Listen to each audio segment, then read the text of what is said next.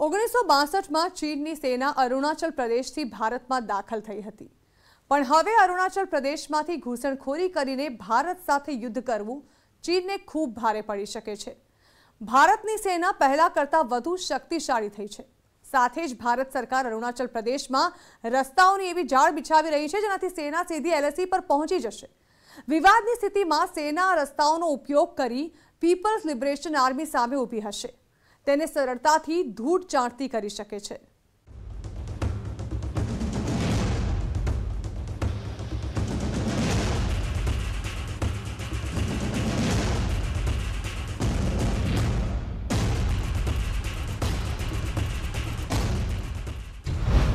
डरपोक ड्रैगनનો કાળ, એલએસી પર રસ્તાઓની જાળ।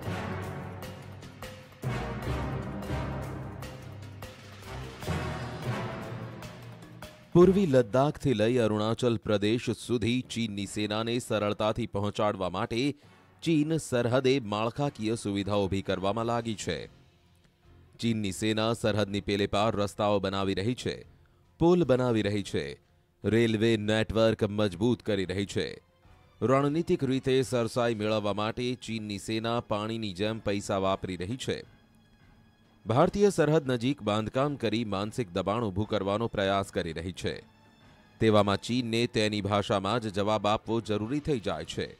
માટે ભારતે પણ સરહદ પર બાંધકામ કરવું જરૂરી બની ગયું હતું। માટે ભારતની વર્તમાન સરકારે પૂર્વોત્તર રાજ્યોના વિકાસની સાથે રણનીતિની રીતે મહત્વપૂર્ણ માનવામાં આવતા રસ્તાઓને બનાવવાનું કામ ઝડપી કરી દીધું છે।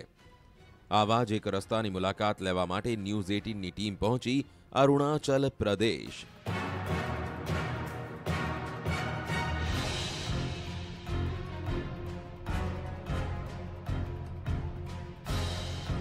ઓગણીસો યુદ્ધ બાદ સરહદી રાજ્યોમાં રસ્તાઓના નિર્માણ પર ભાર મૂકવો જરૂરી હતો, પણ લાંબા સમય સુધી દેશના પૂર્વોત્તર રાજ્ય વિકાસથી વંચિત રહ્યા।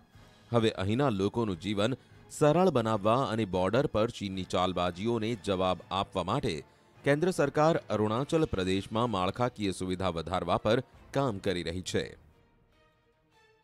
આ નિર્માણાધીન રસ્તો તેનો પુરાવો છે। અરુણાચલ પ્રદેશની રાજધાની ઈટાનગરથી તવાંગ સુધી જવું હોય તો પહેલા સેનાના જવાનોને આસામના તેજપુર થઈને જવું પડતું હતું। 446 કિલોમીટરના આ અંતરને કાપવામાં 12 કલાકનો સમય જતો હતો, પણ હવે આ રસ્તાથી ઈટાનગરથી તવાંગનું અંતર 5 થી 6 કલાક ઓછું થઈ જશે, જેનાથી સ્થાનિક લોકોને તેનો ફાયદો થશે જ સાથે ભારતીય સેના આ સરહદી વિસ્તારોમાં પહોંચવું સરળ બની જશે। इस वक्त हम लोग जिस रोड पे खड़े हैं, ये रोड आज से कुछ साल पहले तक नहीं हुआ करती थी। ये एक्सेस जो है, ये रास्ता सीधा ईटानगर को तवांग से जोड़ता है।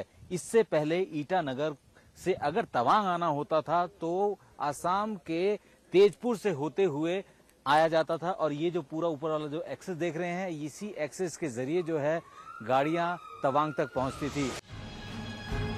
1962માં ચીનની સેના આ સરહદેથી ભારતમાં ઘૂસી હતી। તમને કહી દઈએ કે પહેલા તવાંગ સુધી પહોંચવા માટે માત્ર એક જ રસ્તો હતો, પણ હવે તવાંગ સુધી પહોંચવા માટે કેટલાય વૈકલ્પિક રસ્તા તૈયાર કરવામાં આવ્યા છે। આગામી 2 વર્ષમાં વધુ એક વૈકલ્પિક રસ્તો તૈયાર થઈ જશે, જેનાથી એલએસી સુધી પહોંચવા સેનાને પણ બીજો રસ્તો મળી જશે। અત્યારે તવાંગ સુધી પહોંચવા માટે કેટલીય ટનલોનું કામ ચાલુ છે, જેમાંની એક છે આ ટનલ।